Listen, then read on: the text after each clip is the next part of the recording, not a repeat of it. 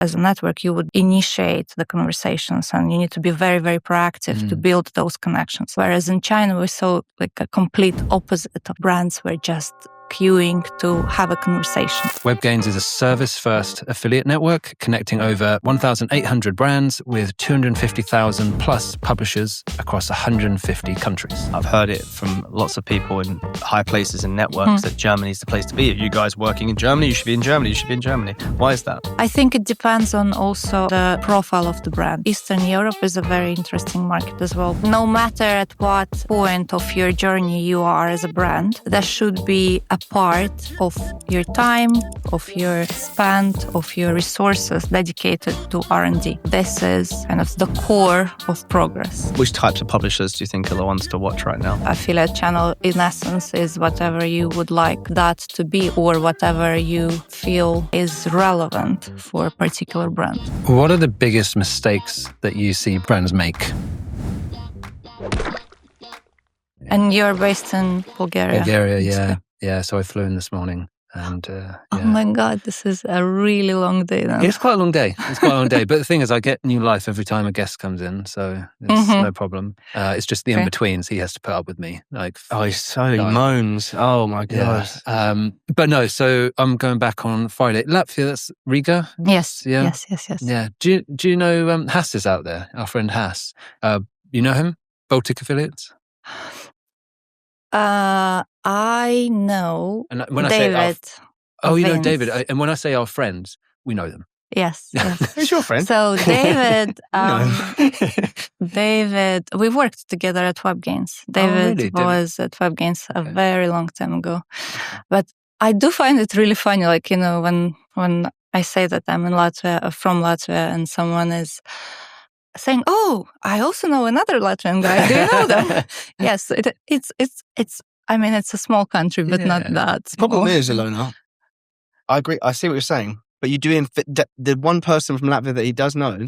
You do indeed know. Yes, I so do know them. Yes, so I reiterate that myth. Probably, you're kind of reinforcing the myth, but all it says, I guess, is not that Latvia is a really small country and everyone knows each other, but that the affiliate industry is relatively very small, which we're definitely learning is true. Yeah, everyone knows each other.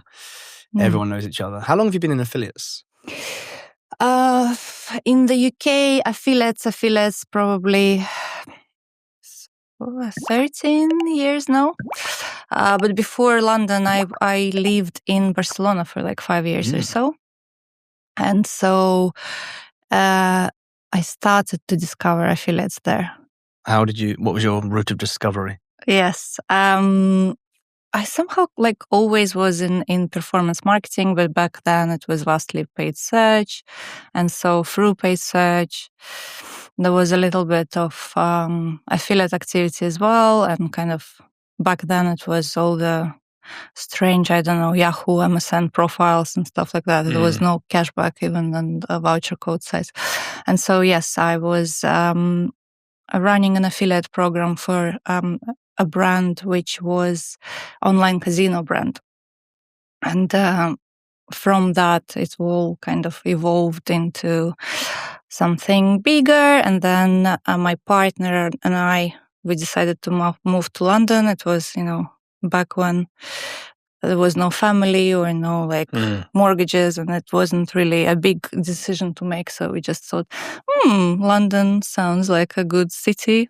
And we had a few friends here. And so we came over, looked at it, liked Canary Wharf.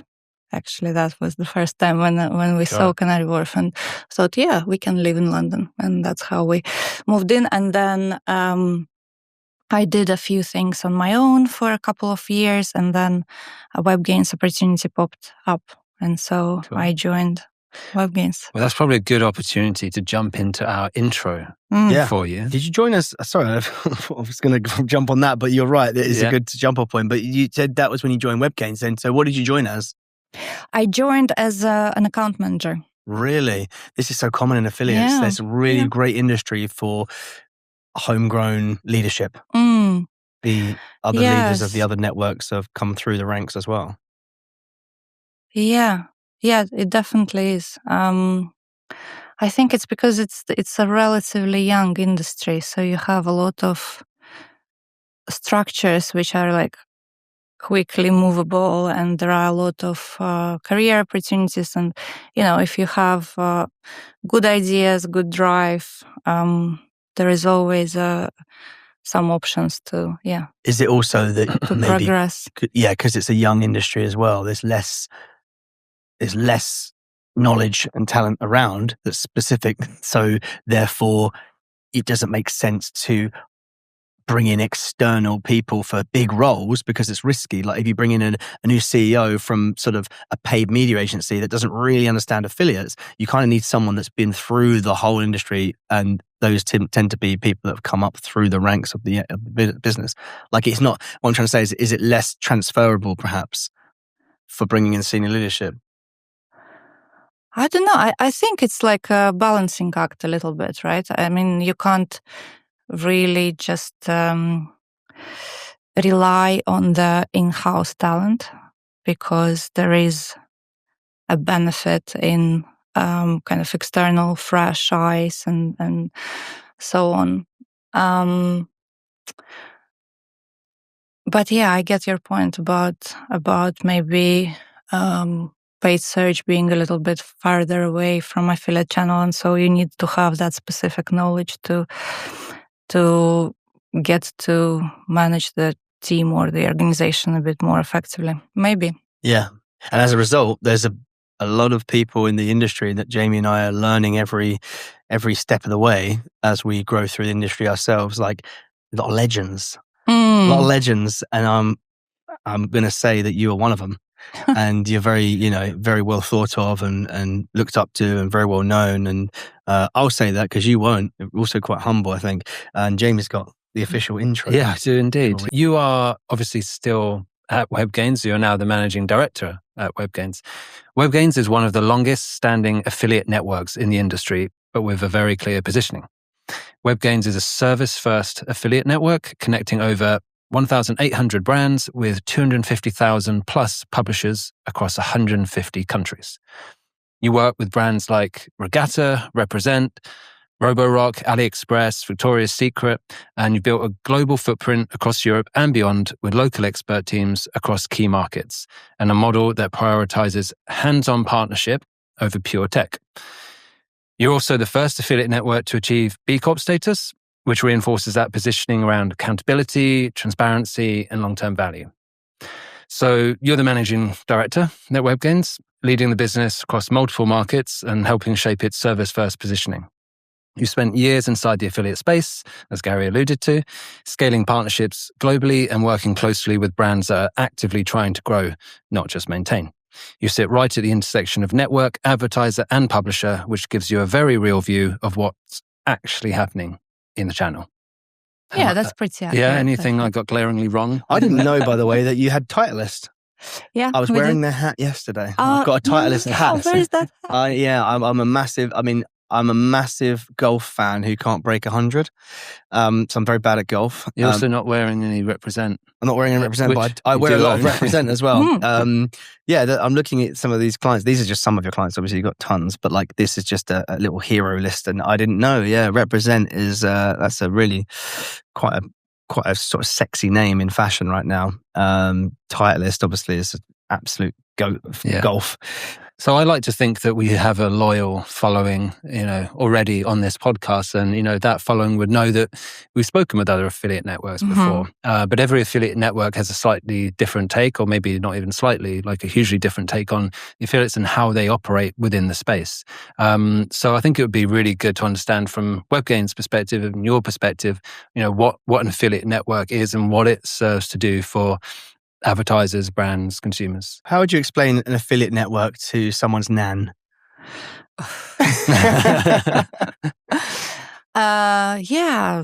The formal explanation, it's the bridge between the brands who want to sell their products online and publishers who are able to advertise on their websites or through their technology. And we see ourselves as that bridge, the Webgains. I think we want to think about us as a very comfortable bridge for all our partners. A smooth ride. And and kind of a great connection facilitator. Yeah, that's a great explanation. Do you ever find that, by the way, like explaining what we do? I have this all the time. I don't think my wife, Carla, even knows really. What affiliate? Don't think so. I channel think she is- probably says, if someone asks her what I do, she probably says he runs a marketing agency. And if she was pressed. Which is accurate as well. Which is right? accurate. But if she was pressed, like, what kind of marketing? She'll go, affiliates? Something to do with affiliate and influencer? Yeah. But then she couldn't go any further than that to explain what an affiliate is. Do you find that in your personal life that people don't? And how do you bother explaining to them, or if they're curious, or because it. Yeah, I think it's because it's a payment model more than a channel, right? So it's you can make anything out of the channel, and it's the benefit and maybe a little bit of trouble when it comes to explaining. But I think there are a lot of opportunities because of that. Because affiliate channel, in essence, is whatever you would like that to be, or whatever you feel is relevant for a particular brand. Yeah. It not being a channel but a business model definitely may make it harder to explain, in fact. That's true. So this is why it's a marketing, right? It's online marketing, and this is where often it's enough. Maybe not for brands, but if you are speaking with a man, I think I would stop at marketing. Yeah, marketing. And also, like, sometimes it's good exercise to like boil down what we actually do. Like do you know about the whole feature, advantage, benefit thing? Mm-hmm. Right? Yeah, this was taught to me very early on. It's like feature is, what it is, and then advantage is kind of like what it does, and the benefit is like why that matters. And it's really good exercise sometimes to look at things, descriptions. I did this when we were working on our website a while ago. Actually, you can keep pressing and saying, yeah, but why? What matters? What matters? Mm-hmm. What matters? And push. And when you do this, it's exhausting, but sometimes you can get to really good, nice nuggets. Sales and marketing nuggets. Yeah. Yeah. Like, what is the whole point? Why are we all sitting here? What are we all doing? And it's like, really, we're growing brands, businesses, growing their sales, growing their brand, building their brand and growing their sales. And that's literally all we need to say. Ultimately, yes. Don't know what you think about it, like that simplified messaging, and how do you communicate? Because given that you're in charge of, as managing director of a lot of this stuff as well, like, how do you handle that? I feel that, and this is actually what Webgains is as well all about. It's about the tailored message, right? So everything is very, very much contextual. One thing, you can explain it in a vacuum, and this is going to be a very generic explanation, like we grow the businesses or we support the businesses online. But ultimately, then when you are speaking with particular brand or particular publisher and you understand what is it they are trying to achieve, this is when you tailor the affiliate channel to their objectives. And sometimes maybe it's not about growth, maybe it's about auditing the channel and making sure that you only have the most relevant partners which are aligned to your brand sensitivities, etc., etc. Or sometimes it's more about cost management rather than just growth, no matter what, right? So yeah, I think it's very much contextual. Yeah, and then in terms of sales and marketing, I'm interested in what does the job of the managing director entail? It sounds like a dumb question, but it's probably different in every business. And Jamie and I are co-founders running lots of different things in our company, but it's nothing like Webgains, right? It's quite a big business. So how involved do you get in the marketing and the sales side and delivery? Be interesting to know your average week or what your job looks like. So I look after the UK territory, mostly. For UK. And kind of the primary focus is everything to do with commercials. So portfolio of brands, the partnerships, the relationships with agencies. And then, of course, the team management and the culture within the UK organization. And what else? And marketing. Yeah. That sounds quite like a busy job to me. I think it's like I think it must be very, very similar to you guys. Like you are juggling with a lot of projects at once, and that's why I find it very, very important to have like a correct team around you, a team which you can trust and who can challenge you and support you, but equally you can support them and challenge to drive some, new projects, new innovations, and test constantly. That's good. And when did you become managing director of the UK Webgains? Right before pandemic. Got it. It's good timing, actually. Yeah. Because it was probably quite good times after, not obviously for the country and the world, but in e-commerce, there was a boom.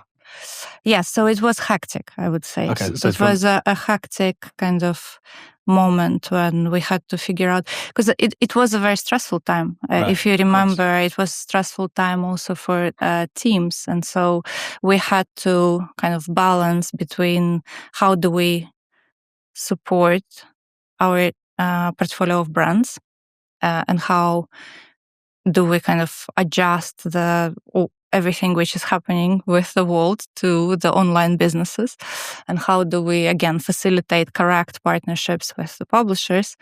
But at the same time, we also needed to make sure that our team are happy and they can actually cope with everything which is happening. And that was a big part of it, because we also, I believe that, happy team is ultimately what makes the organization succeed, right? Yeah. Their friends, sorry to cut you off, their friends were probably, I haven't thought about this before, but their friends were probably like, some of their friends were furloughed and it was a weird time for everyone. But some people, like even I was actually furloughed from my job at the time. I was playing video games. My wife was pregnant. I was having a great time. And I probably was distracting my friends who had a job to do as well. I don't know, was there a bit of that?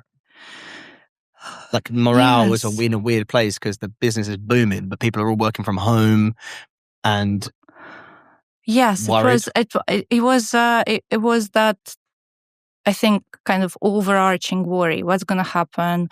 How do we transition from office work to a complete remote setup? Because we were primarily office based. What does it mean for the culture? How do we continue the communication among each other, etc.? So that was all that, and that. I mean, as a consequence, we came up with a lot of really strong initiatives within the team. Like we've set up the therapeutic support in-house. At some point, we had like a in-house therapist for many years, and then we kind of transformed it into just having a hub. If people want to go and consult with someone, then we had that mentorship program, which we also came up with pretty much out of the need, out of this. Okay, how do I cope with what's happening with the world? So obviously no one could have prepared you for that when you stepped into that role. You're just navigating the unknown, basically. Yeah. But do you feel like, because you were with the company for many years before that point, going into the role of MD, like it wasn't, all of these new things to me, did it feel like it was like a natural progression and actually you were comfortable with all the elements that you were then being tasked with because they were kind of familiar and you were around them, you were around the people? Or was it still quite a shock? Yeah. So I had a little bit of a break in between. Basically, I was head of client services at Webgains, and at some point I thought that, okay, this is the moment for me maybe to go and study and have a bit of a break and then kind of decide what I want to do next. And so I've done that, and then our CEO back then, called me a few months later asking whether I'm doing anything. And I said that I'm still doing my studies. And so he invited me to kind of rejoin as a managing director. So that was, it was not something I necessarily expected, and it was like I left temporarily, let's say, left Webgains in one capacity. Like I managed the team.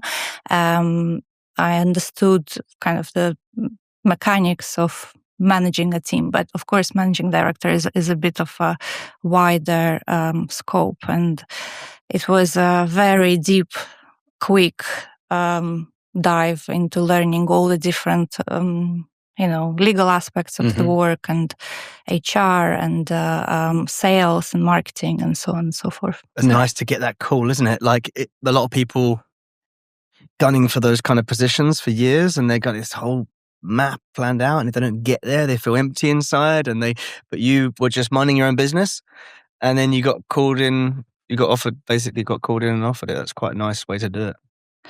Yeah, I'm very grateful that I had that opportunity, and that they believed in my capacity to do that. I think maybe they were stronger believers than I was back then. Well, it's imposter syndrome. It's quite common, right? You must have, you had your experience with that over the years? Yeah. I mean, I think we tend to fight it all the time, right? In our roles, no matter actually what role you are in. Okay, maybe I'm projecting. No, I think you're right. Thinking about conversations with our staff at times and stuff, or people that we work with, and even in my personal life, like I think everyone has it. It's just we live in this completely unpredictable times, and there are no really set frameworks. This is how you do this, or this is how you do this. Definitely will work if you do A, B, C, and so you get to discover it over and over again. But because you are discovering and testing and trying and failing from time to time, this is one of the reasons why imposter syndrome is there. Will I be able to figure it out this time? Yeah. And it's like, I feel like, tell me if you agree or disagree, but imposter syndrome comes along. We all sort of get it at times, or all the time. The difference in people is how you react to it. If you can kind of keep the voices at bay, and then it drives strength and self-improvement, or whether you use it to, project onto other people, or trying to make yourself feel more important, all these negative qualities that some people have that come out of people. I think all that's driven by that same level of insecurity, isn't it? We all have the same underlying insecurities at times, but then the behavior that it drives is how you deal with it. Yeah, it's a really good way of looking at it, I think. Do you do much people coaching and stuff within the business? Like yourself, I mean, like do you think you're a mentor to many people? I know you are, by the way. I'm sure you are. Maybe you wouldn't want to call it that. We don't formally right now. We have this kind of official mentorship program, so it's there if people want to access it. But what we are seeing through the years is that the mentorship works when it's not necessarily forced, and you can get a conversation which will be extremely valuable for you, and in that moment you feel that this is the best mentor you've had in a year time, right? But it's this one isolated conversation, and in some cases it's the opposite, where you have the relationship with someone throughout the years, and you kind of come back to conversing with them, to asking about advice, suggestion, and it's this reverse mentorship as well. Very often I get to speak with some of our maybe younger team members, and I feel, oh my God, they are brilliant. This is a great idea. And in fact, we have plenty of examples where someone who's like at the beginning of their career at Webgains, or somewhere, just in for a few years, come to us and say, how about we try this? And you think, yes, please, let's give it a try. And that's how it all kind of forms into that constant mentorship. And given it's a remote working company now, did you say? No, not anymore. We are, I think, a definition of hybrid now. Okay. 3 days in the office, and then 2 days remote, as in 3 days kind of a minimum recommended number of days in the office. We have a few complexities with it because in the UK we have 3 offices, so Bristol, Manchester and London.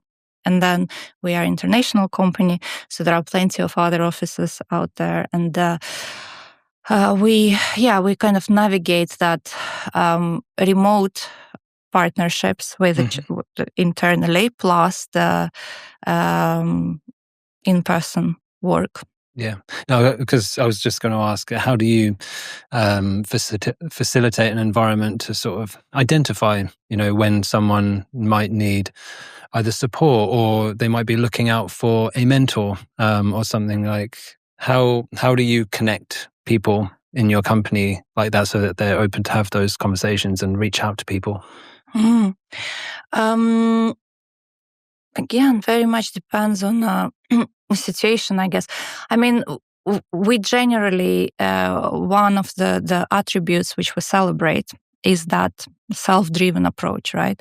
I get to say this often to my team, that you decide who you want to become at Webgains. We have that environment which I believe supports the creativity and the freedom of like forming your projects and forming yourself within those projects, right? So I can't like drag someone into the bright future, but I can support you if you want to go there, right?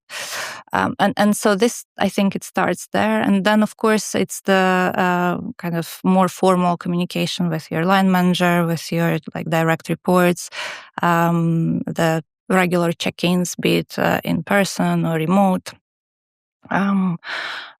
Looking at it from the from like practicalities of a particular project or a particular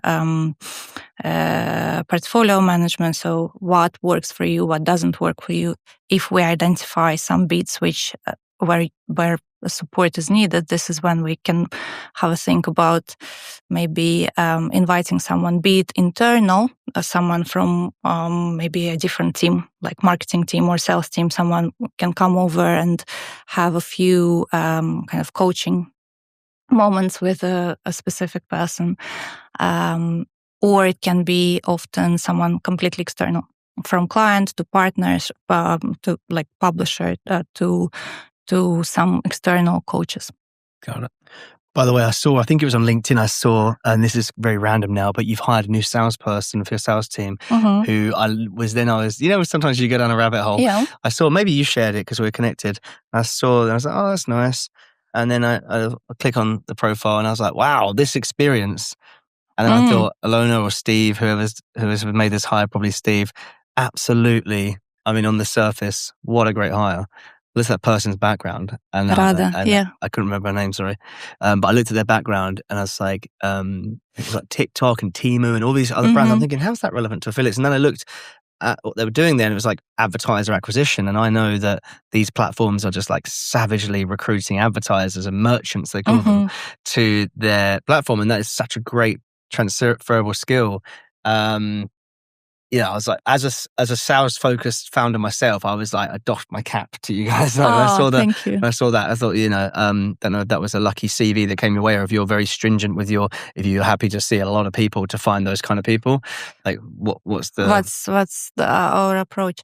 So Rada is brilliant. I mean, she joined recently. It was Steve who found her. Of course. But for Webgains, you see, because we are not the biggest company there, so every single person in the company really matters a lot. And this is why we are pretty serious about how we source and hire.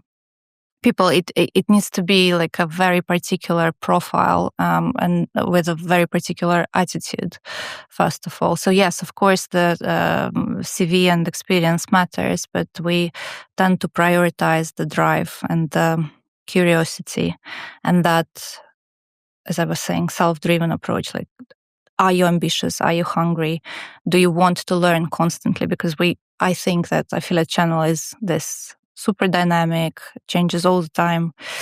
You get to learn and relearn and pivot all the time. So the profile of the person who joins Webgains need to kind of be aligned to that, to this values or methods of living.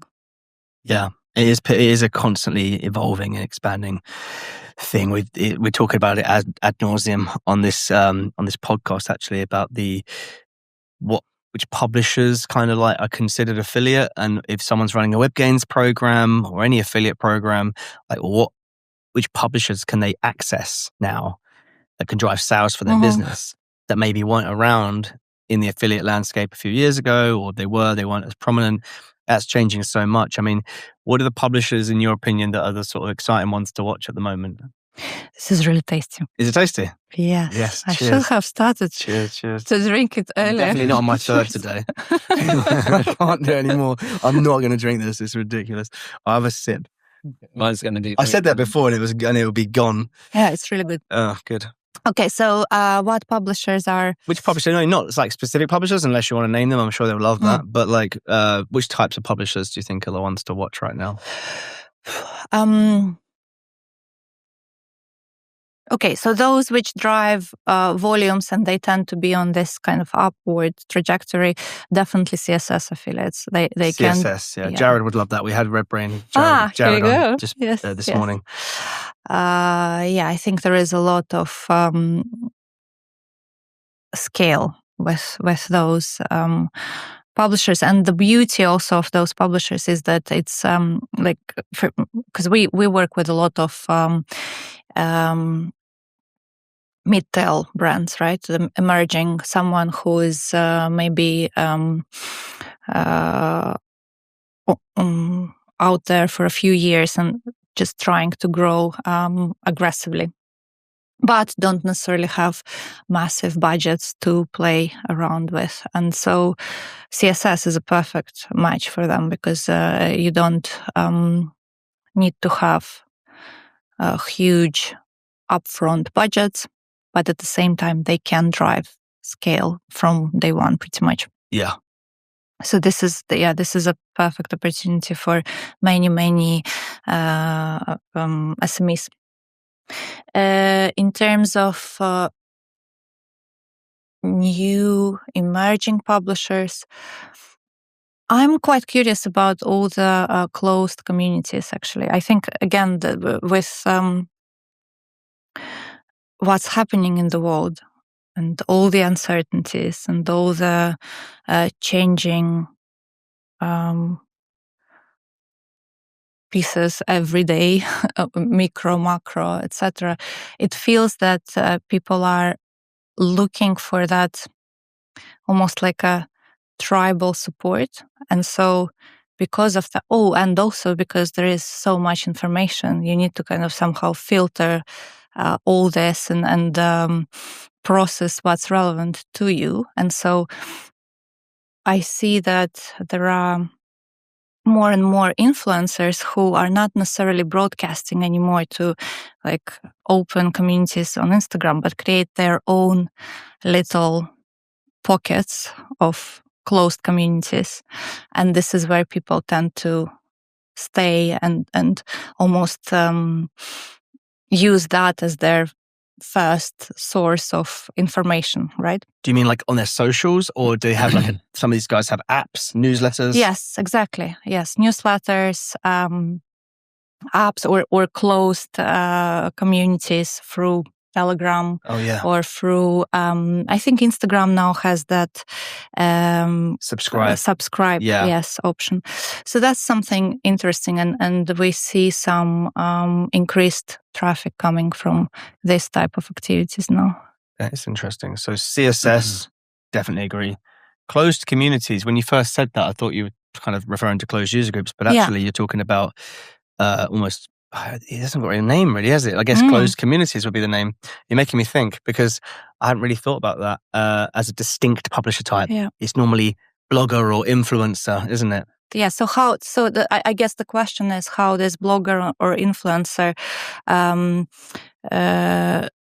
category will evolve. Yeah. And what it's going to evolve into. What platforms they're on, Yes. and how they communicate with their tribe. Mm-hmm. Yeah.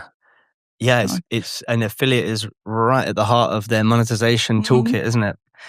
So it's very exciting. But I mean, it's a theme, I think, across a lot of talks, discussions on this podcast, and what I hear across the industry.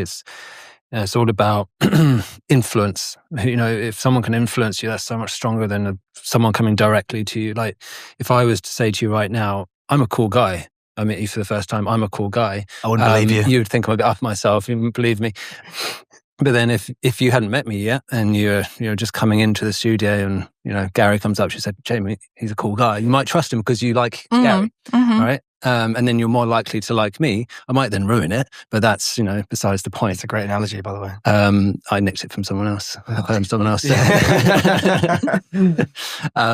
But they're so much stronger, and it works so well in the the affiliate influencer space. Influence. And just brand growth space, Influence, the power of influence. Yeah. Upper funnel. Driving discovery, intent, awareness. That's been kind of lacking from what we can see looking back. I don't want to repeat all the old sort of combos that are kind of always happening, but it really does seem like if the channel hasn't been getting as much love as some people think it should be getting, like based on historically what it could do, I don't really blame brands when you compare it to other channels of opportunity. Like, why wouldn't you be focusing elsewhere? But now that it contains all of what it contains and it's only growing, like the most exciting time, I think, in the industry's history to be playing in it. Yeah, I agree. I think for years now there are so many publishers which are very often bigger brands on their own, in comparison to many brands who are kind of trying to tap into that affiliate channel, right? So if you take Top Cashback, massive brand equity already. And so it just has this authority which maybe did not have, 10 years ago or something like that. And the same with Blue Light Card, right? It's the brand on their own. Yes. And that, I think, attracts more attention from brands. Yeah, and I thought you were going to say, so yes, from brands, like Blue Light Card's a great example. They've just become so famous in the UK because everyone knows a nurse or a teacher or whoever they're open to. I think it's police or whatever. Yes. Everyone knows. I mean, we had a new starter on our sales team recently, and I was taking him through all of the different publisher types, and I had to explain how certain things work. But when I got to closed user group, I said, for example, it would be like a this or that or a Blue Light Card. He went, oh yeah, I know Blue Light Card. And I said, right, let's use this as an example. Then I said, so are they upper funnel? Are they lower funnel? Are they driving you to make that sale? You're the reason why they've got the sale? Or are they helping in the conversion, but it's probably coming from somewhere else as well? Because he understood that concept because we've been through that for every other publisher type. And he said, well, it's both. And I said, explain, because his dad's a firefighter. And he said, well, I can give you an example. We want to go for a dinner as a family on a Sunday night. We'll open up Blue Light Card and we'll look at restaurants that are giving offers on Blue Light Card. And whatever restaurant we like and the offer that we like at Toby Carvery might be doing 50% off or something on Blue Light Card. He said, then we're going to go to Toby Carvery tonight purely because of that Blue Light Card offer. And at Christmas, when we're doing a shopping, we'll be looking for stuff. So we're being influenced. He went, so that's upper funnel, isn't it? I said, yes, it's upper funnel. I said, but is there also times where, I said, so that's really valuable to Toby Carvery or to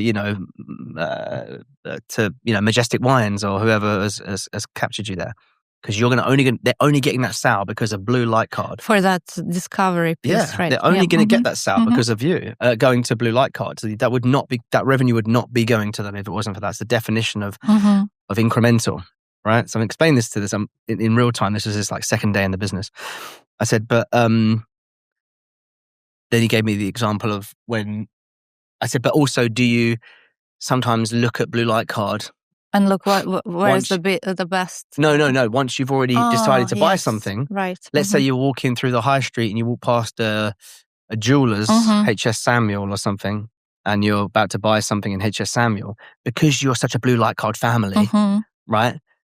Do you then pull up the app and check if they're in there? Yes. Yeah, every time.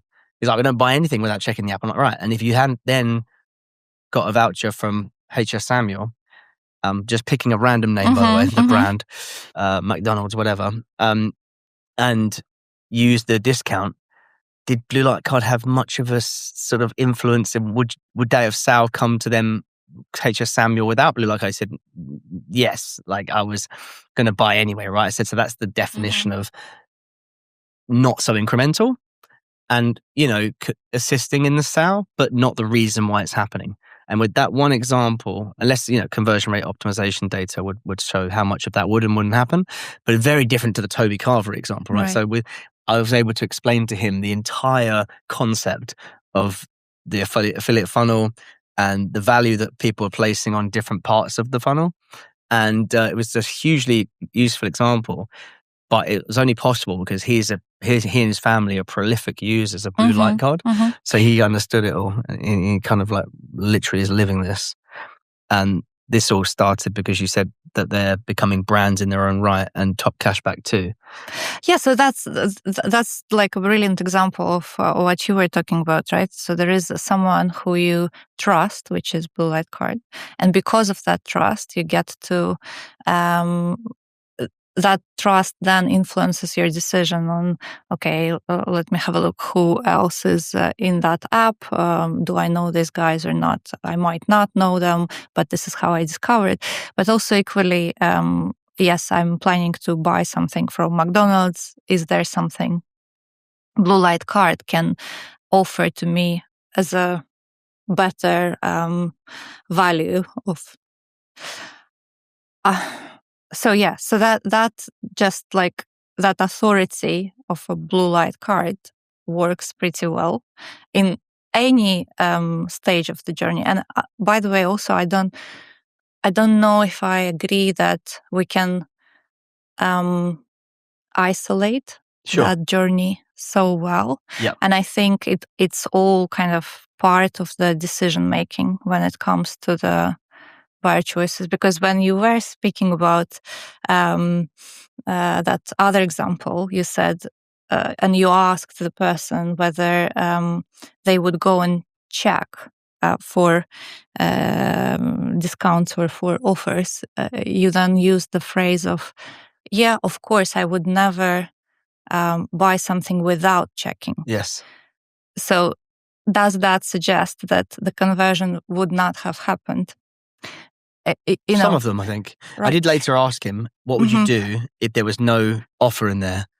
And I said, would you buy it anyway? He said, yeah, I'm just trying my luck to see if I can save some money. So I see what you're saying, but it is true that those two sales from one person using the app, and it's not blue light card, it's every kind of closed user group, those two sales, one being Toby Carvery or whatever, and the other one being McDonald's, but both of those are very, very different in terms of the marketing value. However, you can't isolate them in the affiliate channel. But what you can do is, and this is what I explained to him, is test it out, take a holistic view, look at the data and see how much value do we think this partner's driving, and then price your commission accordingly.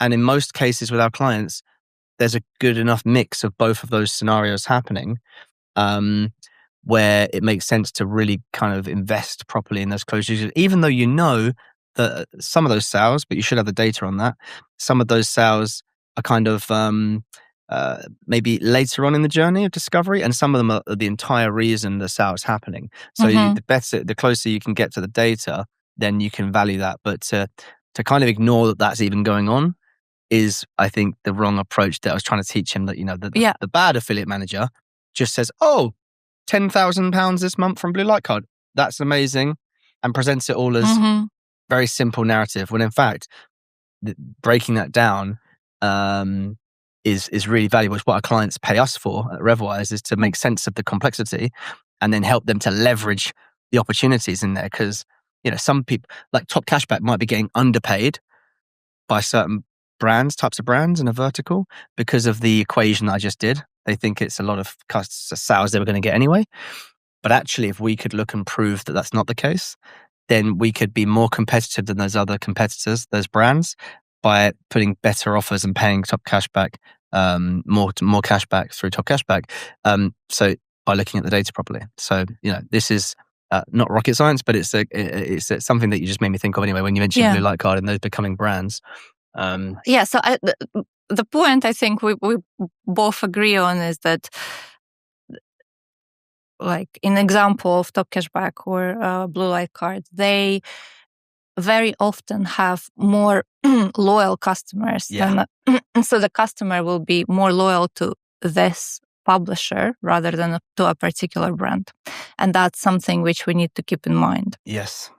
Right. And then the second one is, how does this influence your discovery or your frequency of appearance in front of your consumer, or how does it influence your lifetime spend and average order value and so on and so forth. Yeah. So that's I think you are absolutely right. The nuance matters, and it very much depends on what is it the brand is looking to achieve from a particular campaign or collaboration with specific publisher. And I think as this whole conversation stemmed from you saying that there's certain publishers, as the channel matures, that are becoming like behemoth of a brand, like Blue Light Card and Top Cashback. There's many others. Yes. And that is also increasing their value to brands for the reasons you just mentioned, right? Because they're going to attract their own loyalty. I'm basically reiterating what you just said. They've got their own loyalty. They got a lot of power to drive a lot of influence now. Like back to Jamie's point. So that's kind of new, I guess, in recent years, because there wasn't the maturing of some of these brands that we have now. So it's another, adding that to another list, another tick on the list of exciting why things. Affiliates? Why if you are not yet using affiliates for whatever reason, you should be. Yes, exactly. So a lot of what you do at Webgains then with your clients and the brands that are on the platform, is about helping them understand such issues and such nuances, not issues, nuances. And you very clearly state service first. That is the message that you're sending out in an age where AI's come along and everyone's moving to SaaS. It seems in the industry, and especially amongst other affiliate networks.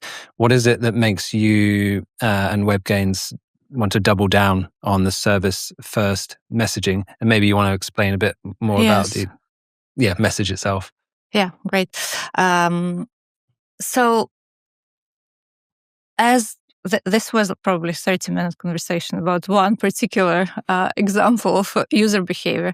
And so affiliate channel can still feel very much overwhelming, I think, for someone who is not all in and works with it, big proportion of their day. And because of that, we do believe that approach where we offer a very much tailored human expertise and recommendation based on what the partner is trying to get online is very relevant. And I think it will stay relevant for many, many years, be it agency side or network side. And I'm not arguing against AI or technology 100%. It's very important and it's fundamental to what we are doing as a business. I think the difference to our approach is that we don't feel that this is enough. So we want to make sure that our technical fundamentals are in place, working perfectly. We invest, very substantial amount of our budget in AI functionalities, and we are developing a lot of new features last year and this year. However, technology is for us, it's an amplifier of the human talent.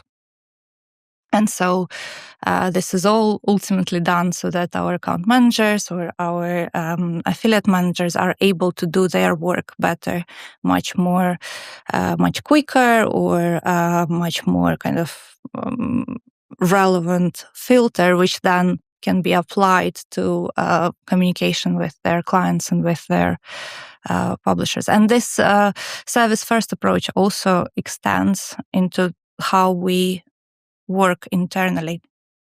So we just want to make sure that we add value all the time in all the communication, in all the projects which we do, like among each other here at Webgains, or be it external with agencies or with brands and publishers. And on that, then you mentioned clients working with Webgains. We've heard some of them, but who is the ideal client right now for Webgains? I'm talking about brands.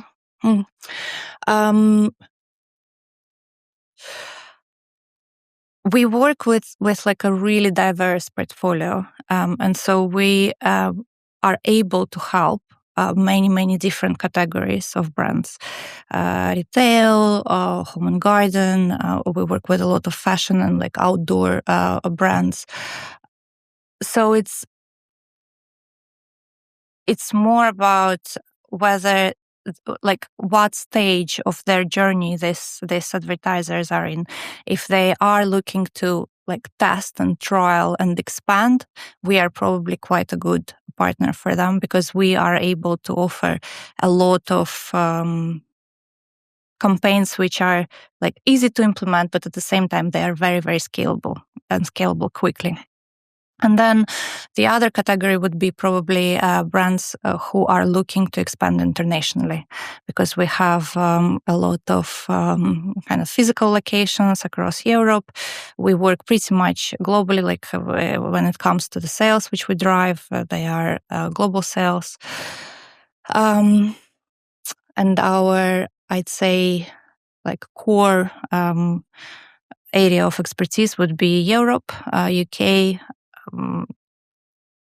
We are starting to work more closely with Latin America now, and yes, US as a delivery country for us, quite big. You mentioned, like, when we spoke last week, I think it was Germany, China, LATAM or Latin America, all kind of quite exciting markets for Webgains and for the affiliate industry. So I am not too familiar on China and what's actually happening there in affiliates. Yes, China is a very particular area, in a sense that we work with a lot of Chinese brands. So those brands who are based in China, but they are looking to expand in Europe. Right. So it's not that there's Chinese publisher base building, it's that Chinese brands are marketing to the UK and US. Yes. Okay, right. that is more familiar to us. We've got some Chinese clients then in that case. So you don't see there's much of a Chinese like affiliate industry like forming? I think it's a very interesting experiment which we are just tapping into. As far as I know, Chinese affiliate ecosystem is pretty closed and very different to how affiliate channel operates here. And I would say that as Webgains, we are really at the infancy of like testing bits and pieces when it comes to the affiliate channel in China. But yes, we do have much more expertise around bringing a brand which is based in China and looking to expand in Europe, in a particular country in Europe, or across all the regions. That's a huge cohort. And you're making me think we should be doing this at our agency, because we have like a couple of clients that are Chinese, maybe 2 or 3. One of them is quite a big American program that we run. It helps that one of our team members speaks Chinese. And not that we need it, obviously they speak English, but it's like a nice cultural thing that we can share with them. But yeah, should we be targeting Chinese advertisers on our sales team? Because like you said, it's about helping them launch in the UK and US. How are you, like, are you finding that quite a successful strategy for growth, for sales? Yes. I think Straight Do answer. you want me to expand? what is the general awareness? This is actually a great example of. Remember, I was talking about that attribute which we are trying to promote within the teams. Where if you have a great idea, come to us and we assess it and we make it happen. And so we've been working with a Chinese portfolio for years, but it's really kind of like this remote delivery sort of setup where someone approaches us, asks whether we are able to run a campaign in Europe. We say yes. And so we do that. But very similarly, we also have a team, like a sub-team who speaks Chinese, and it does help a lot. Right. Not only from the language point of view, but also culturally. I think it's quite important to have the people who understand the worldview and the cultural aspects and the layers of like communication, what works, what doesn't, the nuances of etiquette, specific communication differences, and so on. And so this account manager who runs the Chinese portfolio at Webgains, she comes over to us last year and says, "Look, I really think that we are at the point where it would be really great to go and like visit some of the brands in person." And I said, "Yeah, sure. Let's try to build some sort of a business case around it and see what happens." She did that with one of our sales managers, who's also originally a Chinese from China. And so they've built this excellent, strong business case where they said, this is how much, this is the budget which we would need. This is why we need to go there as a kind of team. This is what we would be able to achieve, et cetera, et cetera. And so we've, that's also the beauty of a relatively, not a massive company. You make the decisions quickly. You don't need Almost like layers a startup. and layers, yes, of approvals, and so you can be quick and prompt with tests and experiments. And so last year was the first time when we've run an in-house kind of our own little meetup with Chinese brands in Shenzhen. And in a very fortunate manner, it was exactly the same week when Partner Boost was running an event there as well. And so we thought, okay, this is a really great signal that it's something to test. And we've combined that with the sponsorship with Partner Boost. And it went very, very well. A lot of absolutely stunning discoveries, absolutely different world and a perspective, which, you were saying that maybe that's something you want to test. I would definitely encourage you to do that. Great. In fact, if you want, you are very welcome to join us. We're going to be going to China again in the middle of April, and we can talk about it. Thank you so much, by the way. This is why it's so valuable meeting with leaders like yourself, because when we spoke about China, I just didn't really think about it. I thought you were talking about the Chinese affiliate ecosystem that was building. I'm sure there's something to look at there, but it's obviously way more of an opportunity for growth to help enable Chinese brands who can't operate easily here to do what you're doing. So I'm like, wow, we've already got the case studies. We've already got great Chinese clients. Not many of them, but we've got some Chinese clients who love us, and we've got results for them. So I'm sitting there thinking, at the risk of getting another shiny object syndrome situation where we drop everything and focus on China, I definitely think there's something there. I mean, if any of our sales team or our head of sales is listening to this podcast, they'll be probably already making up a list and working on it. But we should definitely talk about that offline if there's more we can do together. But unfortunately, the Chinese speaker we have, he's in finance team, not in sales. So all he's useful for with the Chinese clients is making sure we get paid in Chinese. So is it more of you going out this time then? as a result? Yes, it's slightly wider team. Yeah. We this time around also our managing director of Germany will be joining us. Our CEO will be coming again as well, and this time around it's going to be kind of 3 different events which will happen throughout 2 weeks' time, and it's fascinating. If you've never been, I would strongly recommend. Yeah, love that. Did your employees' business case get proofed out?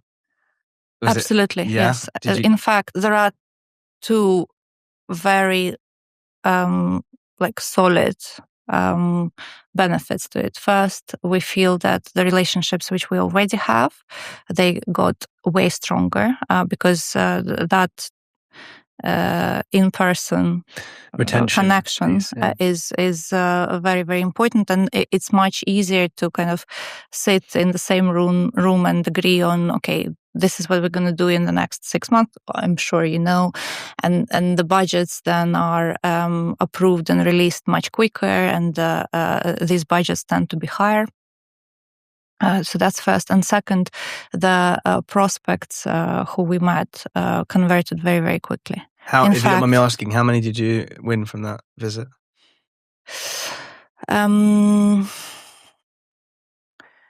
Over 20 new clients. Really? Any big ones in there? Like there were 20 decent ones, I guess. Let's take it offline. But yeah. Wow. I mean, it was a great test to 20 run. new clients in one little visit to China. Well, it's never really that little. It's first. It's not in and out. It's at least the way we've approached it. We planned an event, made sure that everything is set and kind of relevant to the people who will be joining.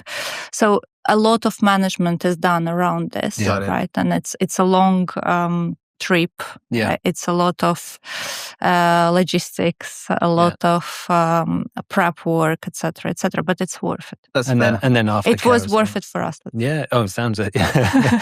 So planning, logistics, aftercare, and I suppose having sponsorship, it just gives you that credibility. Yeah. How many of those was most of that due to the event, the Partner Boost event, or was that stuff that your sales team booked in going before you went out there? Like they kind of lined them up? It's kind of a combination, I would say. Yeah. And again, it's kind of about this frequency of appearance in front of your brands, right? So that you are speaking with some of them maybe at your own event, but you also have this additional touch point at the external event, third-party event, which, so it was both valuable, I would say. I'm inspired. Yeah. Very inspired. Yeah. There's just so much opportunity everywhere. Not to mention, there's a lot of good stuff happening in the UK. Let's not forget. Definitely. But I guess it's like there's something that RevWise, Jamie and I and RevWise need to remember most of all, because we're only 3 years old. So you don't want to kind of you don't want to go like super wide and try a lot of things. Yeah. The beauty of that Chinese trip for me was that it just reset kind of the perspectives for me a little bit. The work culture is very, very different, and it's something which I did not necessarily expect. Where here we are talking about the 4-day week and how everything is all about the work-life balance. China is very different to that, and they have these 2 types of work week, the short and long one, and the short one is 5 days and the long one is 6 days. And a lot of people work from, even though like I think the formal hours maybe are very similar to 9 to 5, it's quite normal to work from 9 to 9. So people are very, very quick, very hungry in terms of the business and the work ethic. And the conference which we've been to, the number of brands which we spoke with during the day was just enormous, because the brands are the people who really are interested in making that connection. Whereas I think if you go to like a typical conference here, affiliate channel, you would be the, as agency or as a network, you would be the party which would initiate the conversations, and you need to be very, very proactive to build those connections. Whereas in China, we saw like a complete opposite of this, where brands were just queuing to have a conversation. Take me to China. Right? Is it Take me to China now. I'm ready. Yeah. That's great. Yeah. Sorry. Does it really matter to them that the service happens in the country where their products are being sold, or would it be worth in the future you to set up an office over there and to have people on the ground over there? Or does that defeat the object for them? I think what they are after at this moment, I mean, you don't know how it evolves, right? Sure. But what we see, what matters now is that local expertise, right? So there is an intention of going and selling in Europe, but they might not have the understanding of how affiliate channel looks like in Europe, or who are the people they should be speaking with. Like, a typical brand, even a local brand, if they don't have someone with a lot of connections within the affiliate channel, I think one of the difficulties for this brand is to go and find relevant people on the publisher side who will listen to them, who will spend a little bit of time to understand the brand's objectives, right? And this is why the agencies are there, and this is why the networks are there, because we have the access and the connections, strong connections with publishers.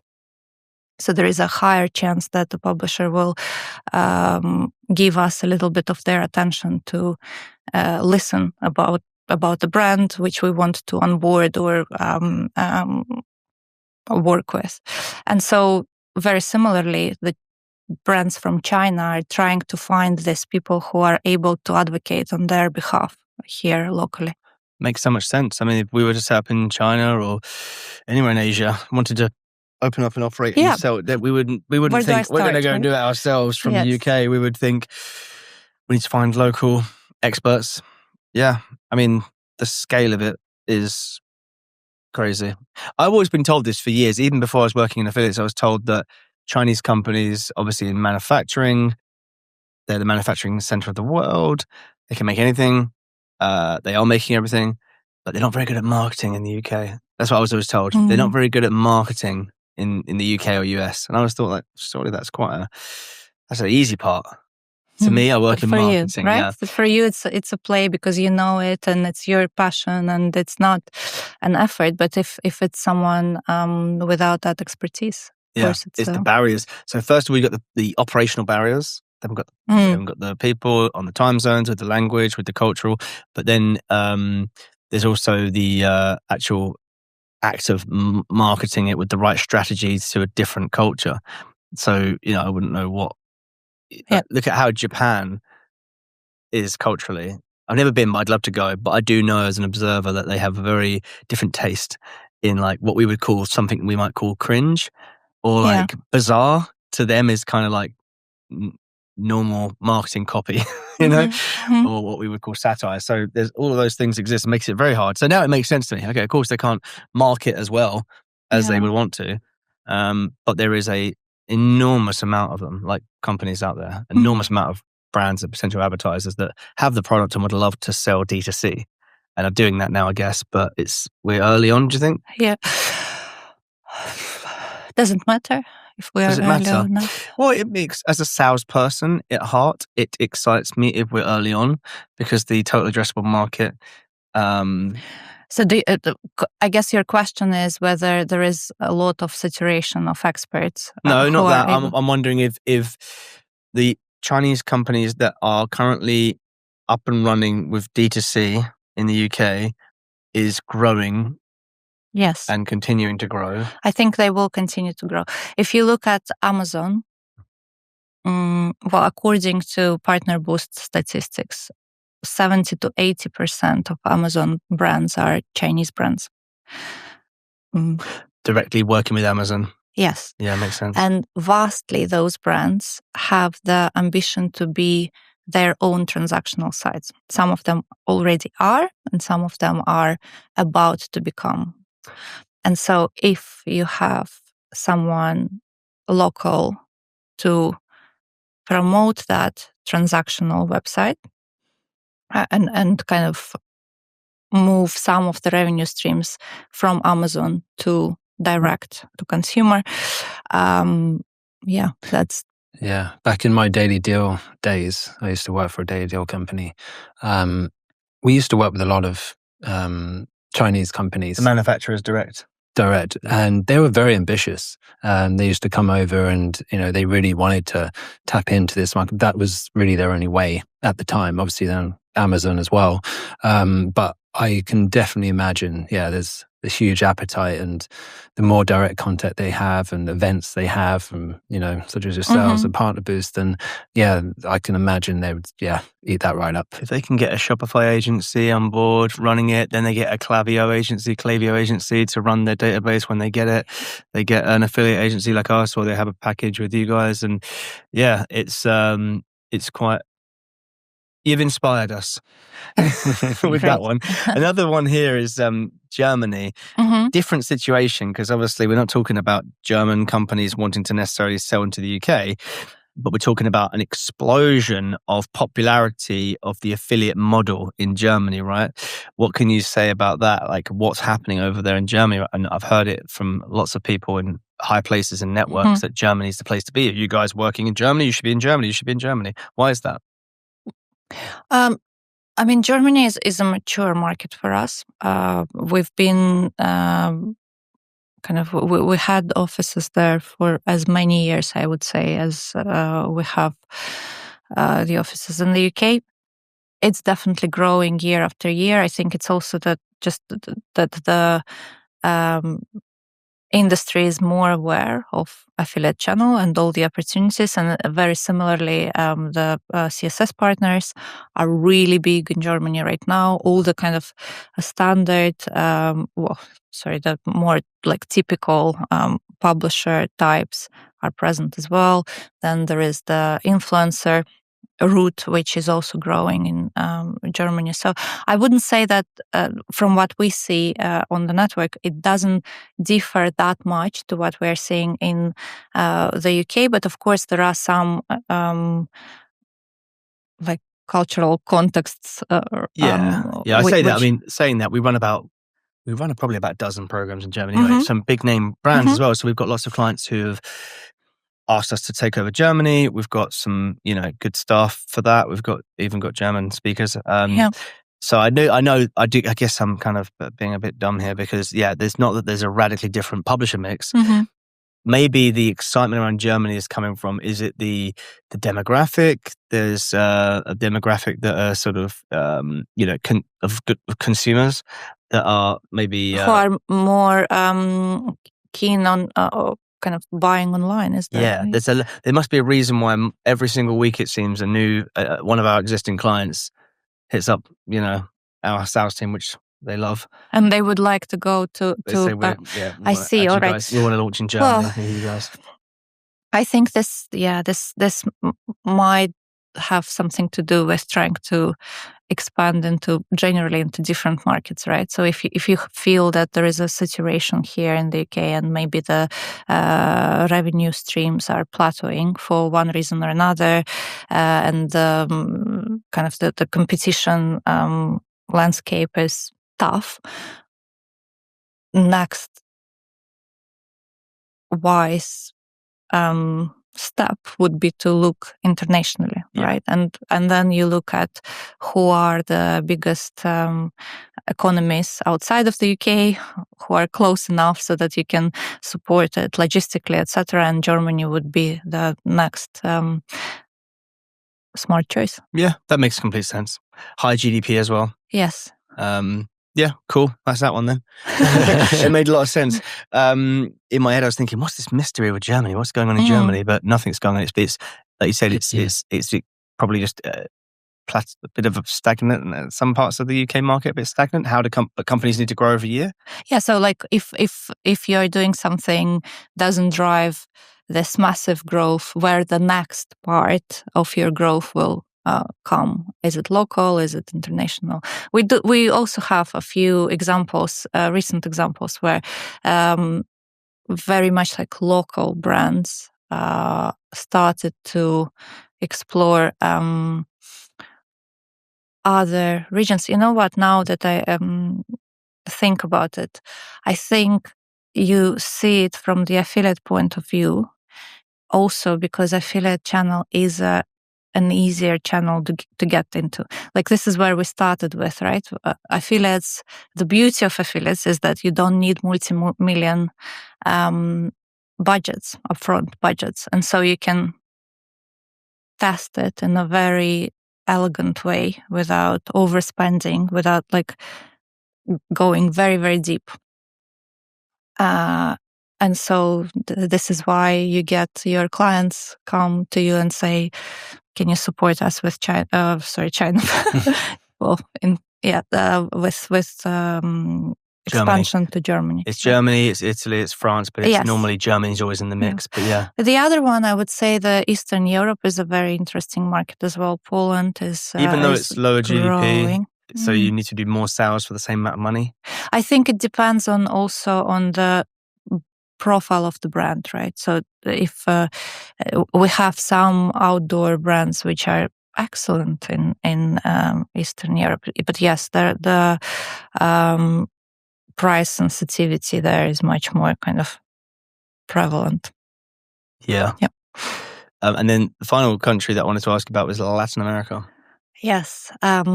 So we started to work with them through our kind of Spanish region. And in Spain, we work with a lot of travel companies. Kind of makes sense, I guess. And then we have a few clients who are based in Brazil and in Mexico. And this is how we've started to kind of discover the whole affiliate layer and also the possibilities of campaigns. Yeah. Does it feel like it's a bit behind the UK now that it's kind of starting up there, meaning it's sort of like the publisher mix looks a bit more like an old school affiliate channel it would do in the UK, but over there they're just getting started? Yes, maybe there are not as many like intricate subcategories and stuff like that. So the categories are a little bit bigger. So there are some sub networks, there are some media buyers, maybe some CSS affiliates, but not. Yeah, you wouldn't maybe go as granular when it comes to Latin. Got it. So I suppose so that would be more of an emerging market then, would you say, for affiliate? And I suppose tying back to your service first offering, then that makes sense for you to be going there because they don't have that 10 years of experience, 20 years like knowledge base in that country for it. So you're best placed to guide them, to a very fruitful affiliate program. That's it. Very good. Very broad question for you now. Very broad indeed. Some takeaways for some sort of like lessons for the listener. What makes a brand succeed or fail in affiliates, do you think? Succeed, definitely perseverance. So it's not a channel which you can turn it on and it's gonna work extremely well on day one. I think it's the intention of making it work, and to do that you need to have a team in house who understands affiliate, or you need to rely on experts out there, be it through agencies or networks. Cool. It's like an ad read for RevWise. I'll take that // Webgains. I mean, whether it's through an agency like us, or whether it's through network service, I love that your message to the market is service first, because obviously SaaS is very popular, In fact, we were with the guys at Impact. I was with the guys at Impact with my sales team like a couple weeks recently. And I was just, they're great, really, really good. Yeah. But obviously the thought that anyone could buy sort of like SaaS affiliate software and then do a good job without an in-house dedicated person or expert or an agency, to me is baffling. I don't know. Is that what they are? I don't think that's what they're pushing, but we were debating it. Obviously, they've got like they've got a lot of great software tools. They've got some really good software that helps it be a light touch. But I guess to really push the envelope of what you want the channel to do, like to your point, you said that it's perseverance, and what you're talking about is actually doing reps, whether it's outreach, whether it's relationship management of certain publish types, optimization, that strategy. That piece is the service that you're talking about, and that's why obviously they're a great partner network for us, because they have SaaS, we have the service. Webgains too, because you do have self-service platform as well, don't you, as well? Exactly. So any self-service like network combined with us is great. But then if a client is like many of your clients working Webgains top to bottom, service and tech, I just think it's great that that's your message. And I'm biased. I don't want this service to be underestimated. Yeah. And you guys are kind of really pushing that quite rightly in your marketing. Yeah, so the service translates into expertise, right? You need to get expertise from somewhere, and very valid way of doing it is through having that expertise in house. Absolutely. In this case, affiliate channel can work on a kind of SaaS platform, and you just get the access to technology, but more often than not, brands require that third-party recommendations, just because affiliate channel is not that. Well, I think you were talking about it at the beginning, that we don't have that many affiliate experts out there, right? Yeah, not compared to other areas. Paid search, for example, or display, or TV, Yeah, for sure. So what are the biggest mistakes that you see brands make when it comes to their affiliate programs? Biggest mistakes, I think maybe just like putting it into this one category. The affiliate channel is all about discounts, or affiliate channel is all about cashback, or affiliate channel won't work for me because I'm very sensitive about kind of controlling the narrative of a brand. Yeah, I would respectfully disagree with that. I think affiliate channel is flexible enough to support a very wide range of brand briefs. Ready for a quick fire round? What's the proudest moment of your career to date? Yet to come. Oh, good one. I like that. That's good. So there are no moments you're proud of? I didn't want to be harsh. No, there are plenty. It's not the moments; it's the journey, really. Which I'm very, very proud of my team. I think they are absolutely brilliant, and really they inspire me every day. I can vouch for that. Yeah, they're a great bunch. Really great bunch. I think. I'm proud of all the support systems which we've created for our brands, and we've helped many excellent, brilliant brands to grow. And this is, again, more of a journey rather than a particular speech I've done, or Cool. Finish this sentence. Leadership is creating support systems for your team to succeed. Nice. Support systems for your team to succeed. Wholeheartedly agree. What would your 12-year-old self say about Alona that you've become today and everything you're doing? And she would say, "What's affiliate?" What would she say?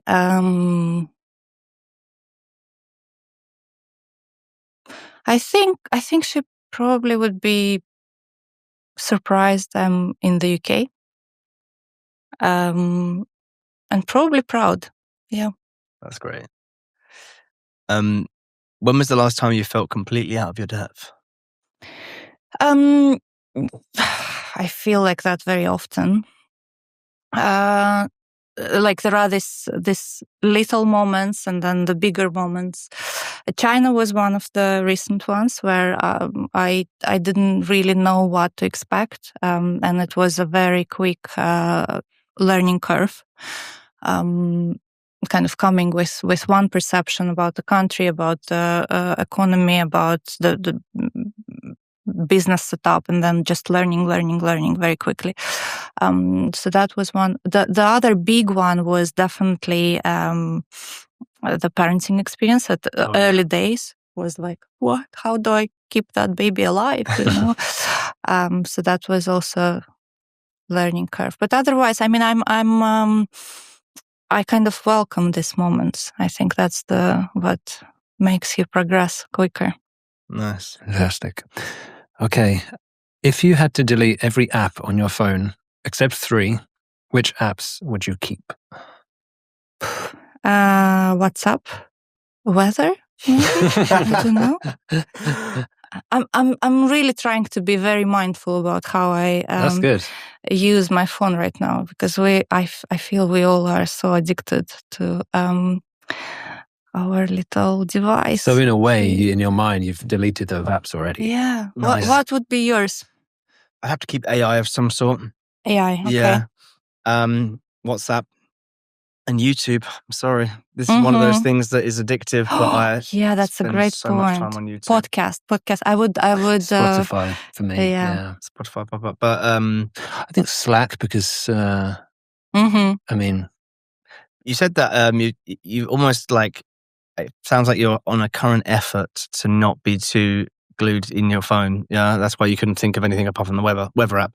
Is that, I'm maybe projecting on you a little bit here. Is that because of like, do you feel any kind of guilt? You've got a little girl, you said, right? A boy. A little boy, sorry. You've got a little boy. I've got a boy the same age, and I've got a 4-year-old boy and a 5-year-old girl, and I just feel so terrible when I'm like, they'll come over at a time when I'm really locked into something, and it could be business or it could be a personal thing that I'm just like stuck in the algorithm, and I don't give them 100% of attention, and I think, well, they'll be there in a second and I'll just put it down, but one day they won't be there. They'll have grown up, or they'll have moved out, or they'll be in their bedroom not talking to us, and it's really hit me a lot recently. But if I'm being honest, I don't think I have not made a good enough change yet to be proud of, but I don't know, that maybe I'm projecting onto you, but how do you feel around like your phone and parenthood? Is that what's driving that answer you gave as well? Yes, I think so. I mean, you kind of, you're very right. So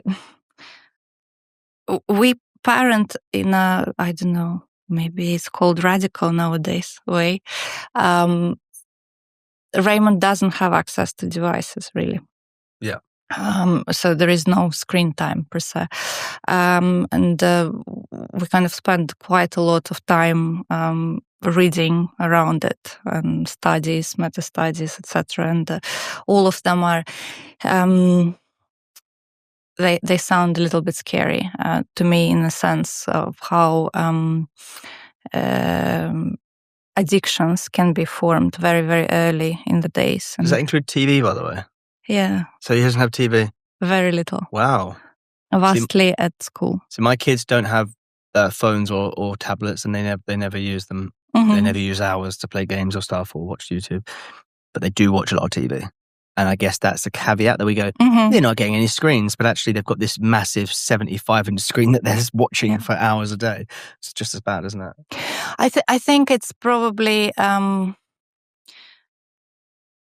guess it feels a little bit less addictive because there is no algorithm behind it, right? As much. It's a longer form. Yeah. Longer form content. Also longer form like content. This is the shorts. The reason why we're stuck to our phones a lot of the time is because of that constant desire for a dopamine hit. Yeah, that's my justification to that, is to not putting it in the same bucket like you have. And I admire, by the way, what you're saying, is that I think of the TV as sort of like, well, it's there on the wall in the room, in the main room of the house. And like Jamie said, it's a bit different to phone content. But I think it's worth including in that bucket if you're really trying to enrich your children. Unless they're watching marketing of milkshakes. Yes, Unless they watch marketing of the milkshakes. exclusion. Yeah, and if they were watching and they weren't subscribed, I would hope that they would subscribe at this point. But they've been watching Number Blocks on BBC. Have you seen that? Oh my God, my kids have gone from not having any maths skills really, especially my little one Jake, to now they have better times tables than me. Is your boy watching Number Blocks? No, sorry, obviously not. But anyway, I picked up on that when you were talking there. I thought you almost like, I recognize that. But look, I mean, I struggle with phone and the old, especially the social media applications. They are built to suck you in and keep you there forever, right? And they are working very well. I mean, it's not because I'm not like using phone, but I am trying to use it less. Yes. Who'd have thought we'd be sat here like 10, 15 years ago? Who'd have thought that 3 adults would be sat on a table talking about how hard it is on the phone and how addictive it is? Like, it really is like, it's just like an AA meeting. That's what it feels like.